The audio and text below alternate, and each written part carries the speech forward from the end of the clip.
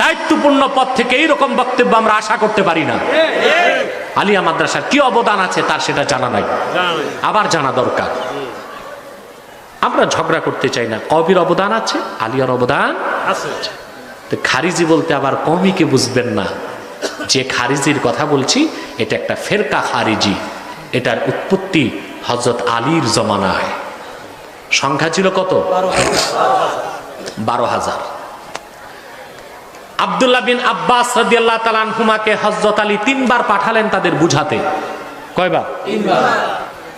3 বার তারা হযরত আলীর প্রস্তাবকে রিফিউজ করলো।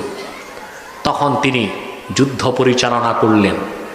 ইতিহাস সাক্ষী দেয় 12,000 খারিজির 8,000 কে তিনি হত্যা করলেন, 4,000 ভয়তে পালিয়ে গেল। কোথায়? হযরত আলী তো সেখানে নরম হলেন না?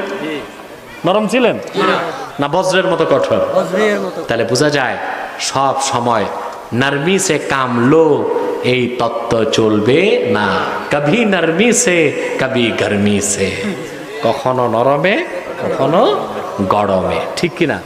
সেজন্য আল্লাহ বলেছেন কুলু কওলান সাদীদা, হক কথা বলো, সত্য কথা বলো, যা হক যা সত্য তা বলো, তাতে তোমার স্বার্থ নষ্ট হলেও বলতে হবে। কিন্তু আমরা কথা বলার আগে চিন্তা করি আমার চাকরি ঠিক থাকবে কিনা, আমার ইমামতি ঠিক থাকবে কিনা, আমার কর্মী ঠিক থাকবে কিনা, পীর সাহেবরা মনে করে আমার মুরিদগুলো ঠিক থাকবে কিনা। কথা বলে আমরা হক কথা বলি না তা নয়, তবে স্বার্থ রক্ষা করে। নতুবা বাংলাদেশে 3.5 লক্ষ মসজিদ আছে, 3.5 লক্ষ ইমাম আছে, প্রত্যেক ইমাম প্রত্যেক শুক্রবার 1 ঘন্টা ওয়াজ করে, বছরে 52 ঘন্টা। তো 3.5 লক্ষ ইমাম সারা দেশে যদি 52 ঘন্টা বছরে ওয়াজ করে, এই দেশ তো এই দেশ থাকার কথা না, এটা সত্যিকার সোনার বাংলাদেশ হওয়ার কথা। একটা চোর থাকার কথা না, একটা সুদখোর থাকার কথা না, একজন জানাকার থাকার কথা না। তার মানে বয়ান হচ্ছে, হক কথাগুলো যেভাবে বলার সেভাবে হচ্ছে না, ঠিক কিনা বলে? রাসূলুল্লাহর সাহাবীগণ হক কথা কেমন করে বলতেন তার ছোট্ট একটি দৃষ্টান্ত আমি আপনাদেরকে দেখাচ্ছি। ইমাম বুখারী সহিহ বুখারীতে হাদিসটি তাআলিকান বর্ণনা করেছেন। হযরত মুআবিয়া রাদিয়াল্লাহু তাআলা আনহুর সাথে মুআজ বিন জাবাল রাদিয়াল্লাহু তাআলা আনহুর দ্বন্দ্ব হয়ে গেল কোরআনের আয়াতের একটি ব্যাখ্যা নিয়ে। আল্লাহ পাক কোরআন কারীমে বলেছেন, আল্লাযীনা ইয়াকনিজুনা আয-যাহাবা ওয়াল ফিদ্দাতা ওয়ালা ইউনফিকুনাহা ফী সাবিলিল্লাহি ফাবাশশিরহুম বিআযাবিন আলীম। হে রাসূল, যারা সোনা রূপা জমা করে রাখে, যাকাত দেয় না, খরচ করে না, তাদেরকে আপনি কঠোর শাস্তির সুসংবাদ দিন। হযরত মুআবিয়া বললেন, এই শাস্তির কথা আল্লাহ আমাদের জন্য বলেন নাই, ইহুদি খ্রিস্টানের জন্য বলেছেন। মুআজ বিন জাবাল বললেন, তিনি হযরত মুআবিয়ার ছিলেন খলিফা দামেস্কে। মুআজ বিন জাবাল তার অধীনে উচ্চপদস্থ কর্মকর্তা, কিন্তু এই ক্ষেত্রে মুআজ বিন জাবাল শাসককে ছাড়লেন না। তিনি মুআবিয়াকে বললেন, মুআবিয়া আপনি ভুল তাফসীর করতেছেন। ইন্না হাযিহিল আয়া নাযালাত ফীনা ওয়া ফীহিম।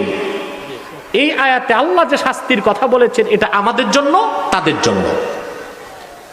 ক্ষিপ্র হয়ে হযরত মুআবিয়া মুআজ বিন জাবালকে চাকরিচ্যুত করলেন। তিনি তখন মদিনা মুনাওয়ারার নিকটবর্তী একটা শহর আর রাবাজা, সেখানে এসে শেষ নিঃশ্বাস ত্যাগ করলেন। ওনাকে ওনার ছাত্র তাবিনগণ জিজ্ঞেস করেছিলেন, হযরত মুআবিয়া তো এত বড় শাসক, ওনার কথাটা তো মানলেই পারতেন, তর্ক করলেন কেন? মুআজ বিন জাবাল বললেন, শুনে রাখো, হক কথা বলতে যে শুধু চাকরি গেছে, জীবন তো যায়নি। হযরত মুআজ বিন জাবাল তার সামনে রাখা তরবারির দিকে আঙ্গুলে ইশারা করে বললেন, লাউ ওয়াদাতুম হাযিহি সামসামাতা আলা হাদা, ফাআশারা ইলা কাফা। আরবিতে দুই দিকে যে তরবারি ধার থাকে তাকে বলে সমসামা। কি বলে? তিনি বললেন, এই দুধারী তরবারিটাও যদি তোমরা আমার এই গর্দানে রাখো, আর আমি যদি মনে করি গর্দান কাটার আগে রাসূলুল্লাহর একটা হাদিস বলতে পারবো, গর্দান কাটার আগে আমি তা বলে ফেলব। সুবহানাল্লাহ। এভাবেই রাসূলুল্লাহর সাহাবীগণ হক কথা বলতেন, সত্য কথা বলতেন। সেজন্যই তো আল্লাহর দ্বীন সারা দুনিয়ায় আমানতের সাথে ছড়িয়ে পড়েছে। খেয়ানত করলে এটা হইতো? জোরে বলেন, হইতো? সাহাবায়ে কেরামের মধ্যে হযরত আবু হুরায়রা রাদিয়াল্লাহু তাআলা আনহু, হযরত আনাস বিন মালিক রাদিয়াল্লাহু তাআলা আনহু সহ যত সাহাবী রাসূলুল্লাহর কাছ থেকে বেশি বেশি হাদিস বর্ণনা করেছেন, হাদিস বর্ণনার ক্ষেত্রে একটি শব্দ দূরে থাক, একটি অক্ষরকেও তারা গোপন করেন নাই। সত্য কথা বলার ক্ষেত্রে, হক কথা বলার ক্ষেত্রে সাহাবায়ে কেরাম জীবন উৎসর্গ করে দিতেন, কিন্তু বাতিলের সঙ্গে আপোষ করেন নাই। ঠিক কিনা? রাসূলুল্লাহ সাল্লাল্লাহু আলাইহি ওয়াসাল্লাম কখন নরম কথা বলতেন, কখন গরম কথা বলতেন, তা আমাদের পড়তে হবে সিরাতের কিতাবগুলো। তৎকালীন পৃথিবীর সুপার পাওয়ার ছিল রোম। রাসূলুল্লাহ রোম সম্রাটের নিকট চিঠি লিখে পাঠালেন। ঠিক কিনা? কথা বলেন।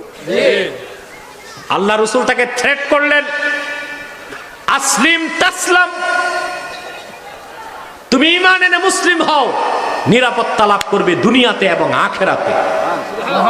আর যদি আমার কালেমাকে অস্বীকার করো, ইন্না আলাইকা ইসমাল আরিসিগিন, তোমার সমস্ত প্রজাদের দায়ভার তোমার গর্দানে বর্তাবে। বিশ্বের তৎকালীন সবচেয়ে বড় শাসককে রাসূল করিম সাল্লাল্লাহু আলাইহি সাল্লাম সর্বোচ্চ কঠোর বাণী পাঠালেন। ঠিক কিনা বলে? তাহলে রাসূলুল্লাহর সুন্নাত হলো হক কথা, সত্য কথা বলতে হবে, পাশ কাটার কোনো সুযোগ নাই। আপনি পারেন না, সেটা আপনার দুর্বলতা, কিন্তু সেটাকে দর্শন বানিয়ে, থিসিস বানিয়ে অন্যের ঘাড়ে চাপিয়ে দেওয়া যাবে না। যাবে? কথা বলে না। আপনার ওজোর আছে, তায়াম্মুম করেন। এখন আপনি ফতুয়া দিবেন যে ভাই শীতকালে ওযু লাগবে না, তায়াম্মুম করুন, চলবে? আপনার ওজোর আপনার কাছে থাক। আপনার ওজোর আছে, হাঁটুর জয়েন্ট জ্যাম হয়ে গেছে, চেয়ারে বসে নামাজ পড়েন। এখন কি ফতুয়া দিবেন ভাই মডার্ন যুগ, আর উঠে বসে নামাজ পড়ে লাভ? আসে না, সবাই চেয়ারে নামাজ পড়ে। আপনার দুর্বলতা আপনার কাছেই রাখতে হবে, সেটাকে দর্শন বানানো যাবে না, সেটাকে থিসিস বানানো যাবে না। অতএব আল্লাহর দ্বিতীয় নির্দেশ, প্রথম নির্দেশ আল্লাহকে ভয় করো, দ্বিতীয় নির্দেশ কি? সব বলে গেছে। সত্য কথা বলো, বলবেন? হক কথা বলবেন? কে কে হাত তুলে দেখান, হাত নামান। আল্লাহ কবুল করুন, আল্লাহ মঞ্জুর করুন, বলুন আল্লাহুম্মা আমিন। এরপর আল্লাহ পাকের তৃতীয় নির্দেশ, وَمَن يُطِعِ اللَّهَ وَرَسُولَهُ فَقَدْ فَازَ فَوْزًا عَظِيمًا। যে ব্যক্তি আল্লাহর আনুগত্য করলো, মুহাম্মদ সাল্লাল্লাহু আলাইহি ওয়াসাল্লামের আনুগত্য করলো, সে ব্যক্তি সফলতার শীর্ষ সোপানটা লাভ করলো। যে আল্লাহর আনুগত্য করে, মুহাম্মদ সাল্লাল্লাহু আলাইহি ওয়াসাল্লামের আনুগত্য করে, সে ব্যক্তি সফলতার শীর্ষ সোপান লাভ করে। বলেন সুবহানাল্লাহ। এই অংশটা বুঝাবো না, শেষ করে দিব? অনেক রাত হয়ে গেছে। হ্যাঁ, তো বুঝতেছেন কথা? আল্লাহর আনুগত্য, তার রাসূলের আনুগত্য। সুবহানাল্লাহ। অবাক হবেন মুসলমান, কোরআনের যত জায়গায় আল্লাহ তার আনুগত্যের কথা বলেছেন, সঙ্গে তার রাসূলের আনুগত্যের কথা বলেছেন। আল্লাহ রাব্বুল আলামিন বলেন, ফাত্তাকুল্লাহা ওয়া আসলিহু যাতা বাইনিকুম ওয়া আতিউল্লাহা ওয়া রাসূলাহু ইন কুনতুম মুমিনিন।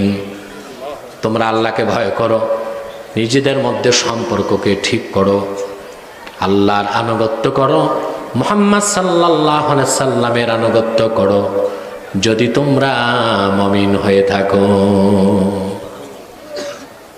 যত জায়গায় আল্লাহ তার আনুগত্যের কথা বলেছেন, সঙ্গে আপন রসুল মুহাম্মদ সাল্লাল্লাহু আলাইহি ওয়াসাল্লামের আনুগত্যের কথা বলেছেন। সুবহানাল্লাহ। শুধু তাই না, ধুলোকে ভুলোকে, আকাশে জমিনে, নদী আর সমুদ্রে, কি লৌহ কলমে, জান্নাতে আর আরশে আজিমে, যেখানে আল্লাহর নাম সঙ্গে মুহাম্মদ সাল্লাল্লাহু আলাইহি ওয়াসাল্লামের নাম। আব্দুল হক মুহাদ্দিস দেহলভী মাদারিজুন নবুওয়াতে লেখেন, জান্নাতের প্রতিটি পাতায় আল্লাহর নামের সাথে মুহাম্মদ নাম লেখা। সুবহানাল্লাহ, সুবহানাল্লাহ। এটা বিধানটা কার? আল্লাহ পাক তার রাসূলকে বলেছেন, ওয়া রাফা'না লাকা যিকরাক।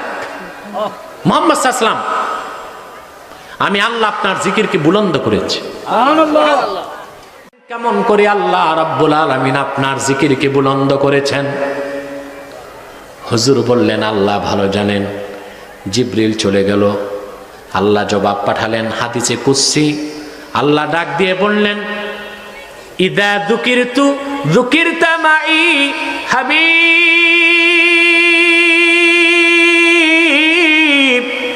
আকাশে জমিনে, ধুলোকে ভুলোকে, কি জান্নাতে, কি লৌহ কলমে, কি আরশে আজিমে, যখনই আমি আল্লাহর নাম উচ্চারিত হয়, সঙ্গে আপনি মুহাম্মাদের নামটা উচ্চারিত হয়। কি নামাজে, কি খুতবায়, কি আজানে, কি একামতে, কি তাশাহুদে, কি জানাজাতে, কি কবরে সুয়াল জবাবে, কি বাচ্চা আসার পর ডান কানে আর বাম কানে, কি জান্নাতের গাছে, পাতায় পাতায়, আরশে আজিমে, লৌহ কলমে, সব জায়গায় যেখানে আল্লাহর নাম সঙ্গে মুহাম্মদ সাল্লাল্লাহু আলাইহি ওয়াসাল্লামের নাম, সব জায়গায় থাকতে পারে, সমস্যা নাই। দুই জায়গায় আমাদের দেশের একটু টিকটিকি মার্কা মৌলবি বেরিয়েছে, এদের সমস্যা হয়। কয় জায়গায়? এক পোস্টারে আর স্লোগানে। পোস্টারে আর পোস্টারে নারায়ে তাকবীর, আল্লাহু আকবার, ঠিক আছে। মূর্খের দল বাংলাদেশ জিন্দাবাদ লেখে, সমস্যা হয় না, কিন্তু নারায়ে রিসালাত লেখলে ফতোয়া দেয়, দেয় না? যে নারায়ে রিসালাত ইয়া রাসূলুল্লাহ এটা লেখা যাবে না, বলে এটা ফালতু স্লোগান। রাসূলুল্লাহর স্লোগানকে, রাসূলুল্লাহর রিসালাতের স্লোগানকে যে ফালতু বলেছে, সে মুসলমান থাকতে পারে না, সে বেঈমান, মুরতাদ, জাহেল এবং মূর্খ, ঠিক কিনা বলে? নারে তাকবীর, নারে রিসালাত, আল কুরআনের আলো, নারে তাকবীর। এটা বক্তা নয়, এটা তক্তা। তক্তা না, জাহান্নামের তক্তা। এটার ঈমানও গেছে, এটার বউও গেছে, যদি নিজের বউ থাকে, ঠিক কিনা বল? কোত্থেকে কথা বলে, ইন্না লিল্লাহি ওয়া ইন্না ইলাইহি রাজিউন। মুসলমান, আল্লাহ রসুলের নাম আর স্লোগান সহ্য করতে পারতো না কাফেররা। কাফেরদের মধ্যে বড় একটা কাফের ছিল আস ইবনে ওয়াইল, নাম শুনছেন? এটা আবু জেহেলের কাছাকাছি বড় নেতা, আস বিন ওয়াইল। একদিন তার সামনে আমার নূর নবীর কথা উঠল। বেয়াদবটা বলল, দাউ ফাইন্নাহু রাজুলুন আবতার লা ইকবালাহু ফাইদান হালাকা ইনকাতা যিকরু। বেয়াদবটা বলল, আরে মুহাম্মদ সাল্লাল্লাহু আলাইহি ওয়াসাল্লামের কথা বাদ দাও, ওনার কোনো ছেলে সন্তান নাই, উনি নির্বংশ, উনি দুনিয়া থেকে বিদায় নিলে ওনার নাম নেওয়ারই কেউ থাকবে না।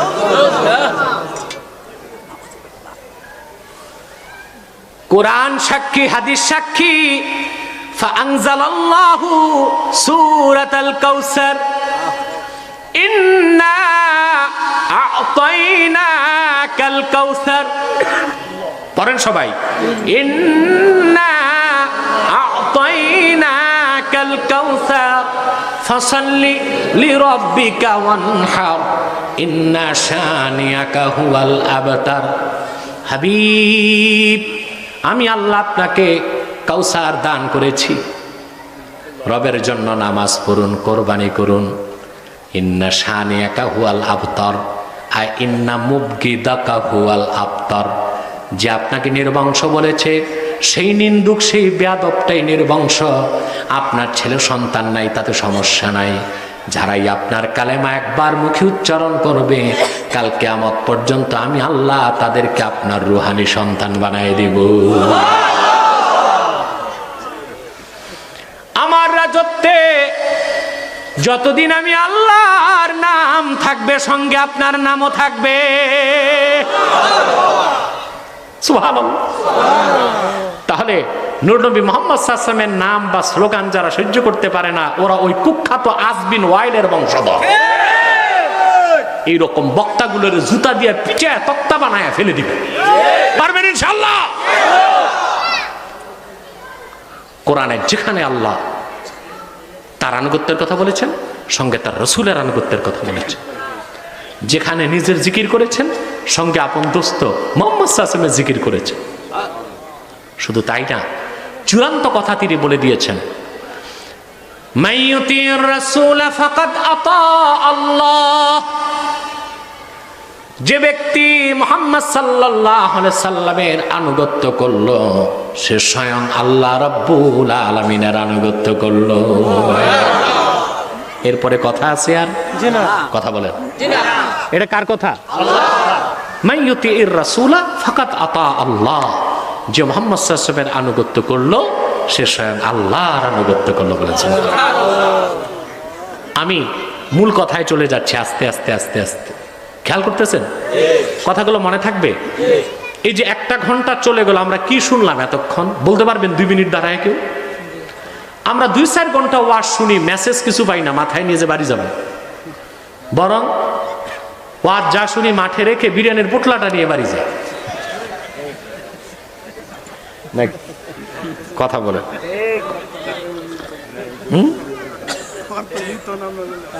দিবে না? বিরিয়ানি নাই?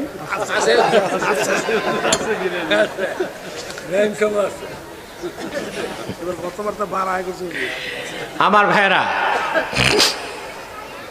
তবে আমার বিশ্বাস বিরিয়ানি খেতে কেউ আসে না।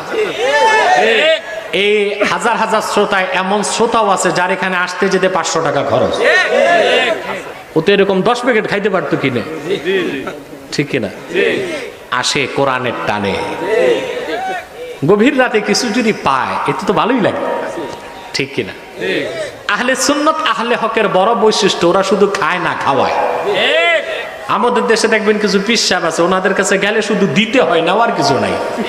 ওখানে ভাত খেতে টাকা লাগে, গোসল করতে টাকা, পেশাব করতে টাকা, ঘুমাইতে টাকা, নাকি? শুধু কি করতে হয়? দিতে হয়। ওনারা কিছু দেয় না, শুধু নেয়। সুন্নত কি শুধু নেওয়া না দেওয়াও? কিন্তু জনপুর ফুরফুরার সিলসিলা গুলো শুধু খায় না, খাওয়ায়। আমাদের পীরেরা এই সুন্নত গুলো শিখলো না। হযরত নিজামউদ্দিন আউলিয়ার দরবারে প্রতিদিন 9 মণ খাদ্য পাক হইত। কত? 1 মণ খাদ্য কম কম করে খেলে 400 লোক খেতে পারে। তার মানে প্রতিদিন 3600, প্রায় 4000 লোক নিজামউদ্দিন আউলিয়ার দরবারে খাইতো। সুবহানাল্লাহ বলবেন? আমরা শুধু খাইতে শিখছি, খাওয়াইতে। অতএব এই যে ইসালে সওয়াব উপলক্ষে খাওয়ানো হয়, এটা সওয়াবের কাজ। এটা নিয়ে মন্তব্য করবেন না, কটাক্ষ করবেন না। নিজে পারেন না, ওইটা লজ্জায় চুপ থাকেন, কিন্তু এই ভালো কাজটা নিয়ে মন্তব্য করা উচিত হবে না। হবে? আমার ভাইয়েরা, আল্লাহ রাব্বুল আলামিন চূড়ান্ত কথা বলে দিলেন, মাইয়ুতির রাসূল ফাকাদ আতা আল্লাহ। যে মুহাম্মদ সাল্লাল্লাহু আলাইহি ওয়াসাল্লামের আনুগত্য করলো, সে আল্লাহর আনুগত্য করলো। এখন প্রশ্ন হলো, আমার নূর নবী মুহাম্মদ সাল্লাল্লাহু আলাইহি ওয়াসাল্লাম 1000 বছর আগে বিদায় নিয়েছেন, আমরা কেমন করে রাসূলুল্লাহর আনুগত্য করব? প্রশ্ন আসে কিনা? তার জবাব হলো একটাই, আল্লাহর আখিরি নবী, নবী কুল সম্রাট মুহাম্মদ সাল্লাল্লাহু আলাইহি ওয়াসাল্লাম আজ থেকে 1000 বছর আগে যে নীতি, যে সুন্নত রেখে গিয়েছেন, জীবনের সকল ক্ষেত্রে সেই সুন্নতের অনুসরণ করলে রাসূলুল্লাহর আনুগত্য হয়ে যাবে। আর রাসূলুল্লাহর আনুগত্যটাই স্বয়ং আল্লাহ পাকের আনুগত্য হয়ে যাবে। রাসূলুল্লাহ যে সুন্নত রেখে গেছেন তার অনুসরণ করতে হবে। এখন বড় সমস্যা, বাংলাদেশের মানুষ সুন্নত বুঝে না। সুন্নত বুঝে কি শুধু মেসওয়াক, দাড়ি, টুপি, জুব্বা, দস্তরখানে খাওয়া, খাওয়ার পর একটু বিশ্রাম, কখনো একটু কদু খাওয়া, মিষ্টি খাওয়া, বাস শেষ। ঠিক কিনা? তারপরে এই কয়েকটা সুন্নতে আবার ঝগড়াও আছে, প্রত্যেকে আবার আলাদা আলাদা ট্রেডমার্ক। আমার টুপি সুন্নত, এটা না, ঠিক কিনা? এই গোল টুপি, লম্বা টুপি। তারপরে একজন একজনকে দেখলে সালাম দেওয়ার আগে দেখে কল্লি কয়টা আছে, হ্যাঁ? তারপরে জুব্বা, নেসফে শাক, ফকাস শাক, তাহতাস শাক, কেউ বলে ফারা। তার এক পিসাব বেরোচ্ছে, উনিকে আমি সমাধান করি, থিসিস অ্যান্টিথিসিস, মাঝখানে থিন থিসিস। উনি কি করছে, পুরা গোল লম্বা, নিচে যে 2 আঙ্গুল ফারা। দেখছেন এটা? সব জায়গায় কি থিসিস আর অ্যান্টিথিসিস চলে? কথা বলেন। এই যে পোশাক আশাক, খাওয়া দাওয়া, উঠা বসা, এই সুন্নত গুলো, মালবুসাত, মাশরুবাত, মাতউমাত, এই ক্ষেত্রে তাওয়াসসু আছে, এগুলো সুন্নতে জাবায়েত। কিন্তু রাসূলুল্লাহর এমন সুন্নত আছে যা আমরা বিশ্বাস করছি না, যা বিশ্বাস না করলে ঈমান থাকবে না। ওই সুন্নত গুলোর দিকে আমাদের কোনো দৃষ্টি নাই। প্রথম কথা, সুন্নত বলে কাকে, এটা তো দেখতে হবে, ঠিক কিনা? আল্লাহ রাব্বুল আলামিন কোরআনুল কারীমের মধ্যে সুন্নাত শব্দটি কয়েক জায়গায় ব্যবহার করেছেন। যেমন আল্লাহ পাক বলেন, সুন্নাতুল্লাহি ফিল্লাযীনা খালাউ মিন ক্বাবল ওয়ালান তাজিদা লিসুন্নাতিল্লাহি তাবদীলা। এখানে সুন্নত অর্থ নিয়ম, কানুন, তরিকা, নিজাম, অর্থাৎ পূর্ববর্তী যারা গত হয়েছে আযাবপ্রাপ্ত জাতি, তাদের ক্ষেত্রে এটাই ছিল আল্লাহর নীতি। হে রাসূল, আল্লাহর নীতিতে কখনো আপনি কোনো পরিবর্তন দেখবেন না। সুবহানাল্লাহ বলেন। তাহলে সুন্নত অর্থ নীতি। সুন্নত অর্থ কি? নীতি। আমরা রাসূলুল্লাহর সুন্নতকে গ্রহণ করেছি আমল হিসেবে, এই জন্য কয়েকটা সুন্নতকে সীমাবদ্ধ করেছি। কিন্তু সুন্নত হলো নীতি। সুন্নত কি? নীতি। সুন্নতের ব্যাখ্যায় গাউসে পাক আব্দুল কাদের জিলানী রাহমাতুল্লাহ গুনিয়াতুত তালিবিনে লিখেছেন, আম্মা সুন্নাহ ফাহিয়া মা সান্না রাসূলুল্লাহ সাল্লাল্লাহু আলাইহি ওয়াসাল্লাম। আল্লাহ রাসূল মুহাম্মদ সাল্লাল্লাহু আলাইহি ওয়াসাল্লাম ১,৫০০ বছর আগে বিশ্ববাসীর ইহকালীন কল্যাণ ও পরকালীন মুক্তির জন্য যে নীতি নির্ধারণ করেছেন, সেই নীতির নাম সুন্নতে নববী। সেই হিসেবে আমরা কি সুন্নত মানি? কথা বলে না। রাসূলুল্লাহ নামাজের কি নীতিটা দেখিয়েছেন, ঠিক না? ওই নীতির বাইরে নামাজ হবে? হুজুর বলেছেন, সাল্লু কামা রাআইতুমুনি উসাল্লি, তোমরা নামাজ পড়ো সেভাবে যেভাবে দেখেছো আমি রাসূল নামাজ পড়ি। সুবহানাল্লাহ বলবেন, ঠিক কিনা? যারা মাযহাব মানে না, আছে না একদম আহলে হাদিস, আসলে তো না আহলে হাদিস, আছে না এই দলটা? এরা কিন্তু এই হাদিসটাকে দলিল দেয় যে আপনারা মাযহাব মানেন কেন? মাযহাব মানার দরকার কি? আল্লাহ রাসূল বলেছেন, সাল্লু কামা রাআইতুমুনি উসাল্লি, নামাজ পড়ো সেভাবে যেভাবে দেখেছো আমি নামাজ পড়ি। রাসূলুল্লাহ নামাজ পড়ছেন ১,৫০০ বছর আগে, আমাদের দেখা সম্ভব? কথা বলেন। রাসূলুল্লাহ নামাজ দেখেছেন সাহাবীগণ, তাদেরটা দেখেছেন তাবিঈনগণ, তাদেরটা দেখেছেন তাবিঈনগণ, তাদেরটা দেখেছেন সালফে সালিহিনগণ। এই জন্য আমরা তাকলিদ করি, মাযহাব মানি, ঠিক না? নাকি এই হাদিস থেকে মাযহাব সাব্যস্ত হয়, ঠিক না? আন্ডা ব্যাপারী, বুঝলেন, শুটকির আড়তদার, তারপরে আপনার রিক্সা চালায়, এ কয় কিসের আবু হানিফা? কোরআন হাদিস থাকতে কিসের মাযহাব? ও কিন্তু সূরা ফাতিহাটাও পড়তে পারবে। পেটে বোমা মারলে একটা হাদিস পড়তে পারবে না, কয় আহলে হাদিস। লামাজহাবি এদেরই আসল নাম ওহাবি, এটার আসল নাম। এদের ধুলাবালু লেগে কেউ কেউ হয়েছে সেমি ওহাবি, কিন্তু আসল ওহাবি লামাজহাবি। কারা? আহলে হাদিস, নামটা রাখছে আহলে হাদিস। কথা বুঝতেছেন? রাসূলুল্লাহ সাল্লাল্লাহু আলাইহি ওয়াসাল্লাম নামাজের নীতি দেখিয়েছেন, ঠিক কিনা?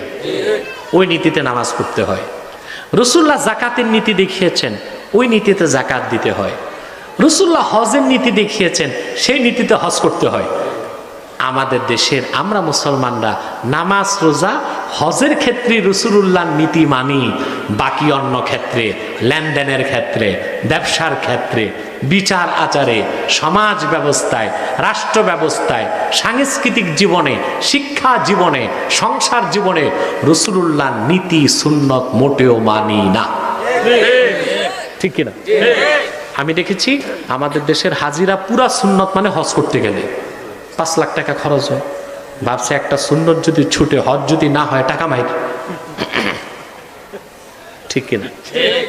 এই জন্য হজ করতে গেলে আমি দেখেছি মুআল্লিমের মাথা চাবায় খায়, বিশেষ করে শয়তানকে পাথর মারার আগে বারবার জিজ্ঞেস করে, মুআল্লিম সাহেব পাথর কয়টা নেব? মুআল্লিম সাহেব বলে, তো প্রথম দিন তো লাগবে 60টা, পরের দিন 21টা করে লাগবে, গুনে নেন। তো বলে সাইজ কি হবে? বলে এক একটা মুড়ির সমান হইলে হবে। তো ধর্ম কয় আঙ্গুলে? সুবহানাল্লাহ। শয়তানের পাথর মারতে যে মুস্তাহাবও ছাড়লো না, দেশে এসে ওই শয়তানের চেয়ে বড় বড় শয়তানের তাবেদারি করে, ঠিক কিনা? আমরা সুন্নত পানি নামাজ, রোজায়, হজের ক্ষেত্রে, কিন্তু জীবনের বিরাট একটি অংশে রাসূলুল্লাহর সুন্নতকে বাদ দিয়েছি। পক্ষান্তরে কাদের অনুসরণ করছি? Malthus, Voltaire, Pythagoras, Plato, Socrates, Aristotle, Abraham Lincoln, George Washington, Bertrand Russell, Hugo Chavez, Fidel Castro, Lenin, Stalin, Karl Marx, দুনিয়ার সবচেয়ে কুখ্যাত, লানতপ্রাপ্ত, গজবপ্রাপ্ত শয়তানের চামুন্ডাদের তাবেদারি করছে। সেজন্যই তো আমাদের দুঃখ যায় না, কষ্ট যায় না। পৃথিবীতে আল্লাহ আমাদের কি না দিছেন? 57টি রাষ্ট্রের মালিক আমরা। সুবহানাল্লাহ, তো মন চায় না? কয়টা? সংখ্যায় আজ আমরা পৃথিবীতে 200 কোটি। পৃথিবীতে 800 কোটি মানুষ যদি হয়, আমরা 200 কোটি, 4 জনের একজন আমরা, ঠিক কিনা? নৃতত্ত্ববিদগণ বলেছেন 70% ন্যাচারাল অ্যাডভান্টেজ, 70% প্রাকৃতিক সম্পদ মুসলমানের পায়ের তলায়। আমাদেরকে আল্লাহ দিচ্ছেন 70%, আর বাকি কাফের মুশরিককে দিচ্ছেন 30%।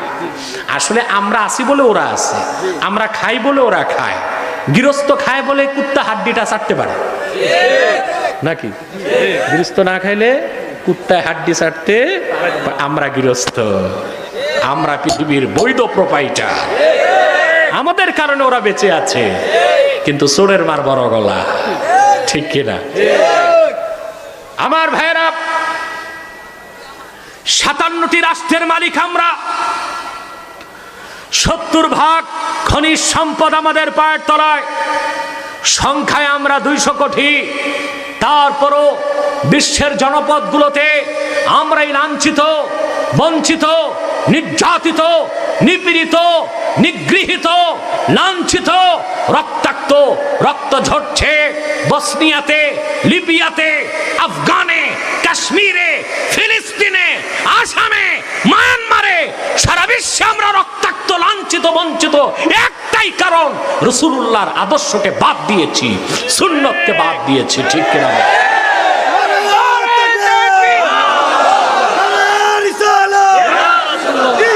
শত্রুরা হুঁশিয়ার সাবধান, এবার আমি আল্লাহ রসুলের আনুগত্য বা অনুসরণ না করলে কি হবে? 2টা কঠোর কথা শোনাচ্ছি কোরআন থেকে, তারপর আমার বিষয় শেষ করে দেব। আল্লাহ রাব্বুল আলামিন বলেন, ওয়া মা كان لمؤمن ولا مؤمنة إذا قضى الله ورسوله أمرا أن يكون لهم الخيرة من أمرهم ومن يعص الله ورسوله فقد ضل ضلالا مبينا আল্লাহ রাব্বুল আলামিন বলেন, খাইয়াইছেন মেহমান বিদায় করছে, মেহমানের সাথে তো নিজেও মেহমান হয়েছেন। মোহতামিমরা, প্রিন্সিপালরা, ইমাম সাহেবরা যে কতবার খাইটার হিসাব নেই।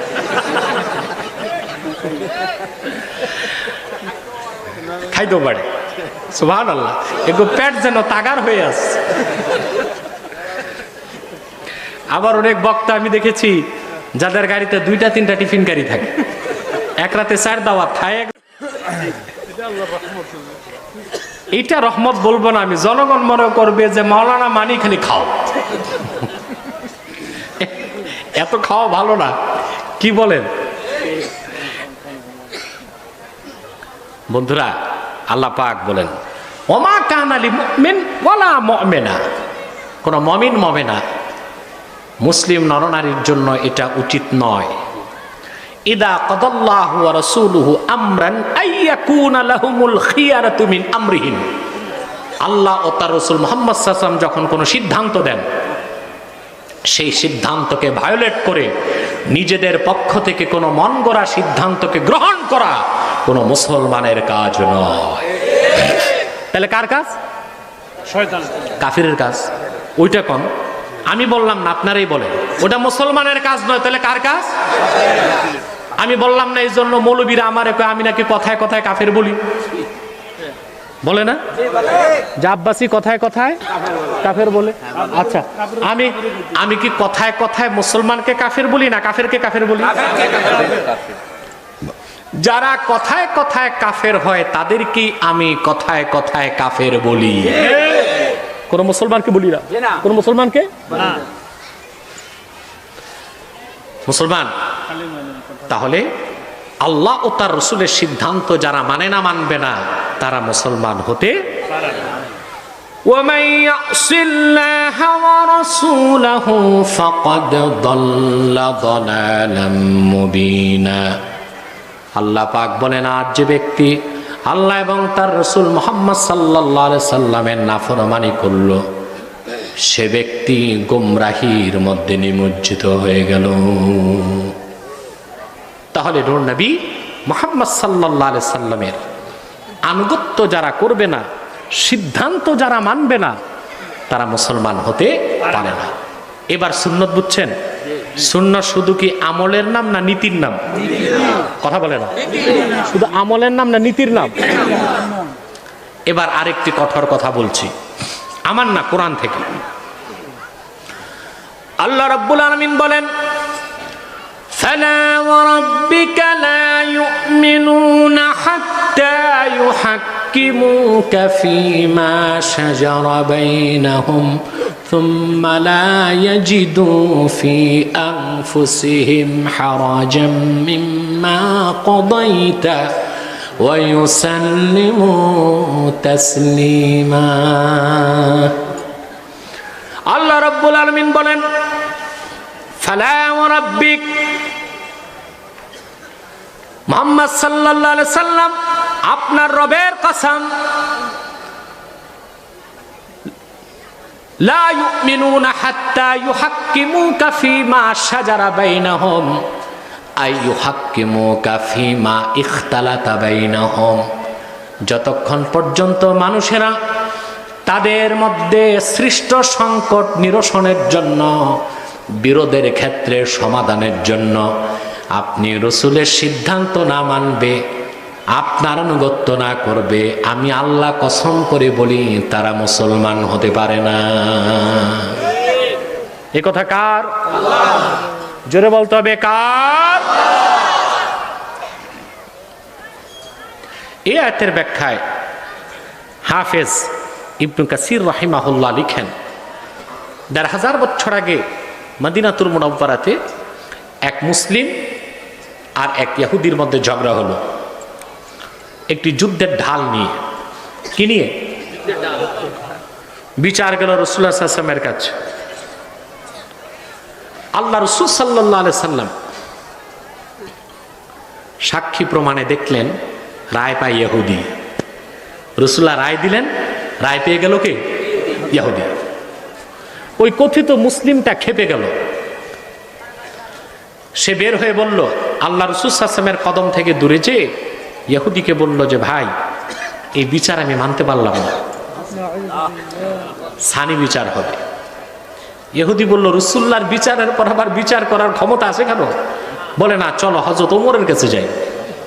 গেছে হযরত ওমরের কাছে। হযরত ওমর ছিলেন অত্যন্ত রাগী মানুষ। হাদিসে এসেছে ইয়াফিরু শায়তানু মিন জিল্লি ওমর। হযরত ওমরের ছায়া দেখলে শয়তান দৌড় দিত। গেছে হযরত ওমরের কাছে দোনোজন। ইহুদিকে দেখেই হযরত ওমরের রাগ উঠে গেছে। ইহুদি আদবের সাথে বলল, হুজুর বিচারটা একবার হয়েছে, তার মানে কে করেছেন? ইহুদি বলল, আল্লাহ রাসূল বিচার করেছেন। হযরত ওমর ওই কথিত মুসলিমকে বললেন, রাসূলুল্লাহর বিচারের পর আবার আমার কাছে আসছো কেন? বলে, দেখুন আমি মুসলিম, নামাজ পড়ি, যাকাত দেই, যুদ্ধ করি, আর সেই ইহুদি অমুসলিম। ন্যায় অন্যায় পরের কথা ইহুদি কেমন করে রায় পায়? ইহুদি কেমন করে? হযরত ওমর বললেন, আনতুমা মাকানাকুমা হাত্তা আরজিআ ইলাইকুমা। ঠিক আছে, একটা বিচার বাকি আছে, এটা আমি করে দিচ্ছি, এখানেই দাঁড়াও। গেলেন ভিতরে, তরবারি আনলেন, তরবারি কোষমুক্ত করে বললেন, আল্লাহ রাসূলের ফয়সালাকে যে মানতে পারে না, আল্লাহর আকাশের নিচে বেঁচে থাকার কোনো অধিকার তার না। এ কথা বললেন, তরবারির এক আঘাতে ওই কথিত মুনাফিক মুসলিমটার গর্দান উড়াই দিলেন। ইহুদি লোকটি অঝর ধারায় কান্না করতে লাগলো আর বলল, ওমর, এই যদি হয় ইসলামের ন্যায় বিচার, তাহলে আমার চোখের পর্দা সরে গিয়েছে। আমি বুঝলাম আল্লাহর আকাশের নিচে এর চেয়ে সুন্দর এবং শ্রেষ্ঠ কোনো জীবন বিধান আর নাই। আমার বরদাস হচ্ছে না, জলদি করে রাসূলুল্লাহর কদমে নিয়ে যাও, আমি এখনই আল্লাহর রাসূলের হাতে হাত রেখে মুসলমান হয়ে যাব। লোকটি চলে আসলো রাসূলুল্লাহর কাছে। ইহুদি এসে বলল, হাতি ইয়াদাক উবাইউকা ইয়া রাসূলুল্লাহ, হে আল্লাহর রাসূল, আপনার নূরের হাতটা বাড়িয়ে দিন, সেই হাতে হাত রেখে এক্ষুনি আমি আপনার দ্বীনের কালেমা পড়ে মুসলমান হয়ে যেতে চাই। এর নাম ন্যায় বিচার। এর নাম কি? যাকে বলা হয় জাস্টিস, ন্যায় বিচার। পৃথিবীর কোথাও ন্যায় বিচার নাই, আইনের শাসন নাই, শুধু সবাই মুখে মুখে বলে আইনের শাসন। কি বলে? আইনের শাসন প্রতিষ্ঠা করেছে একমাত্র কোরআন। সুবহানাল্লাহ বলবেন না? আইনের শাসন আছে পৃথিবীতে কোথাও? আইনের শাসন প্রতিষ্ঠা করতে যে পৃথিবীতে একটা সংস্থা হয়েছে ৭৪ বছর আগে, ওটার নাম জানেন? ইউনাইটেড নেশন, বিশ্ব শান্তি সংস্থা, তৈরি করে সকল অশান্তির ব্যবস্থা। ঠিক কিনা? নাম কি? বিশ্ব শান্তি সংস্থা, তৈরি করে সকল অশান্তির ব্যবস্থা। কেমন আইনের শাসন তাদের দেখেন না? 1990 সালে যুক্তরাষ্ট্রে এক মার্কিন নাগরিক বিড়াল হত্যা করছে। মার্কিন আদালত তাকে জরিমানা করেছে $৬,০০০। কত? বাংলাদেশের প্রায় ৫ লক্ষ টাকা। মারছে কি? বিড়াল মারছে। অথচ ইতিহাস সাক্ষী 1991 সালে সে যুক্তরাষ্ট্রের জঙ্গলি প্রেসিডেন্ট বুশ ২৫০০ বছরের ইতিহাস ঐতিহ্যের লালন ভূমি আমার গাউসে পাক আব্দুল কাদের জিলানীর পদধন্য বাগদাদে হামলা করে একজন দুইজন নয় 18 লক্ষ মুসলমানকে হত্যা করেছে। আজ অবধি মার্কিন আদালতে সন্ত্রাসী প্রেসিডেন্ট বুশের বিচার হয় না। বিড়াল হত্যার বিচার আছে, 18 লক্ষ মুসলমান হত্যার বিচার হয় নাই। এই হলো যুক্তরাষ্ট্রের আইনের শাসন, এই হলো জাতিসংঘের আইনের শাসন, ঠিক কিনা? এটা কি আইন না বেআইন? আইনের শাসন দিয়েছে কোরআন। দেখলেন আল্লাহ রাসূল সাল্লাল্লাহু আলাইহি ওয়াসাল্লাম সাক্ষী প্রমাণে দেখলেন রায় পায় কে? ইহুদি। রাসূলুল্লাহ রায় দিয়ে দিয়েছেন। আর মুসলিমটা মেনে নিল না যে আমি মুসলিম, ন্যায় অন্যায় পরের কথা, ইহুদি কেমন করে রায় পায়। সারাটি মদিনায় শোরগোল পড়ে গেল, ওমর একজন মুসলমান হত্যা করেছেন। হযরত ওমরের চেহারাটা বেজার হয়ে গেল, আসলেই কি আমি কোনো মুসলমান মেরে ফেললাম নাকি? আল্লাহ পাক বরদাস্ত করলেন না। সহিহ বুখারীতে এসেছে, রাসূলুল্লাহ বলেছেন, লিকুল্লি নাবিয়্যিন মুহাদ্দাসুন ওয়া মুহাদ্দাসু উম্মতি ওমর ইবনুল খাত্তাব। প্রত্যেক নবীর একজন মুহাদ্দাস ছিল, আমার মুহাদ্দাস হলো আমার ওমর ফারুক। মুহাদ্দাস না মুহাদ্দাস, যার সিদ্ধান্তের পক্ষে ওহী নাজিল হইতো তাকে বলা হতো মুহাদ্দাস। হাদিসের কিতাবে এসেছে হযরত ওমরের 22টা সিদ্ধান্তের পক্ষে ওহী নাজিল হয়েছে। কতটা? সুবহানাল্লাহ বলবেন না? হযরত ওমরের মনটা বেজার হয়ে গেল, আসলেই কি আমি কোন মুসলমান মেরে ফেললাম নাকি? আল্লাহ পাক বরদাস্ত করলেন না, সঙ্গে সঙ্গে ওহী নাজিল করে বলে দিলেন, ফালা ওয়া রাব্বিক, মুহাম্মদ সাল্লাল্লাহু আলাইহি আপনার রবের কসম, লা ইউমিনুনা হাত্তা ইউহাক্কিমুকা ফীমা শাজারা বাইনাহুম। মানুষেরা তাদের মধ্যে সৃষ্ট বিরোধের ক্ষেত্রে যতক্ষণ আপনি রসুলের রায় মানবে না, সিদ্ধান্ত মানবে না, আপনি রসুলের আনুগত্য করবে না, আমি আল্লাহ কসম করে বলি তারা মুসলমান হতে পারে না। অতএব ওমর কোনো মুসলমান মারে নাই, মুসলমান লেবাসধারী কাফেরকে হত্যা করেছে। তাহলে মুসলমান, আমি যে আয়াতের ব্যাখ্যা করছি তার শেষ কথা, মাই ইউতিইল্লাহ ওয়া রাসূলাহু ফাকাদ ফাজা ফাওজান আযীমা, যে আল্লাহ তার রাসূল মুহাম্মদ সাল্লাল্লাহু আলাইহি ওয়াসাল্লামের আনুগত্য করে সফলতার শীর্ষ সোপানটা সেই লাভ করলো। বলেন সুবহানাল্লাহ। এই কথাগুলো মনে থাকবে। আল্লাহ তার রাসূল মুহাম্মদ সাল্লাল্লাহু আলাইহি ওয়াসাল্লামের আনুগত্য করলেই সফলতা লাভ হবে আমাদের দুনিয়াতে এবং আখিরাতে। তা আমরা ব্যাখ্যা করেছি আল্লাহর আনুগত্য কি? মুহাম্মদ সাল্লাল্লাহু আলাইহি ওয়াসাল্লামের আনুগত্যটাই আল্লাহর আনুগত্য, ঠিক কিনা? তো মুহাম্মদ সাল্লাল্লাহু আলাইহি ওয়াসাল্লামের আনুগত্য কিভাবে করব? আল্লাহর হাবিব মুহাম্মদ সাল্লাল্লাহু আলাইহি ওয়াসাল্লাম ১৫০০ বছর আগে যে সুন্নাত রেখে গিয়েছেন, জীবনের সকল ক্ষেত্রে সেই সুন্নতের অনুসরণ করতে হবে। মনে থাকবে? কথাগুলো মনে থাকবে? তো সুন্নতটা শুধু আমল হিসেবে না, নীতি হিসেবে, নীতি হিসেবে নিতে হবে জীবনের সকল ক্ষেত্রে, আর আমল হিসেবে নিতে হবে ব্যক্তি জীবনে। বুঝতে পারছেন? নীতি হিসেবে নিতে হবে সকল ক্ষেত্রে, জীবনের সকল ক্ষেত্রে, আর আমল হিসেবে নিতে হবে ব্যক্তি জীবনে। যেমন দাড়ি রাখবেন, দস্তরখানে খাবেন, হ্যাঁ, আমরা ইচ্ছা করে সুন্নত তরক করি, ডাইনিং টেবিলে বসে খাই, ইংরেজদের মতো চামচ না টুংটাং করে, এটা করবেন না। দস্তরখানে বসে খাবেন, সুন্নত আদায় হবে। এই সুন্নতটা আদায় করতে পয়সা লাগলো না, সময় গেল না, কষ্টও নাই, ঠিক কিনা? কিন্তু আপনি সুন্নত আদায় করলেন। অনেক মুহাদ্দিস বলেছেন, বারবার দস্তরখান তরক করে যারা খায় তাদের ঈমান নষ্ট হওয়ার সম্ভাবনা আছে। মোল্লা আলী কারিমের কাতে লিখেছেন, ইন্না তারকা সুন্নাহ ইউআদ্দি ইলা জান্দাকা। বারবার সুন্নত ছেড়ে দেওয়াটা মানুষকে নাস্তিক বানায়। কি বানায়? নাস্তিক বানায়। আমরা চেয়ার টেবিলে খাই, আজ থেকে চেয়ার টেবিলগুলো সরাই দিবেন। কোথায় খাবেন? পারবেন? মনে হয় না। বউ বাচ্চা নিয়ে দস্তরখানে বসে খাবেন। এই একটা সুন্নতের ওসিলায় নাজাত পেয়ে যেতে পারে। আরেকটি বড় সুন্নত আমরা আদায় করব, দাড়ি রাখবো। অনেক যুবক দাড়ি রাখে না। মুসলমানের প্রধান সিগনিফিকেশন হলো দাড়ি, ঠিক কিনা? কবরে যাওয়ার পর ফেরেশতা সুয়াল জবাবের আগে তো বুঝবেই না দাড়ি না থাকলে এটা ইহুদি না খ্রিস্টান না ব্রাহ্মণ না মাজুসি, ঠিক কিনা? মুসলমানের প্রধান সিগনিফিকেশন কি? জোরে বলতে হবে, ঠিক কিনা? আমি আরমান সাহেবকে বলছিলাম দাড়ির কথা, উনি দাড়ি রেখে দিচ্ছে। তবে আরেকজনকে বলেছিলাম, তিনি এখনো রাখেন নাই, তবে উচিরেই রাখবেন ইনশাআল্লাহ। না, ছোট করে রাখছে, আব্দুল আজিজ সব ছোট করে রাখছে, তুমি ইনশাআল্লাহ আস্তে আস্তে বড় হয়ে যাবে। কি বলেন আপনারা?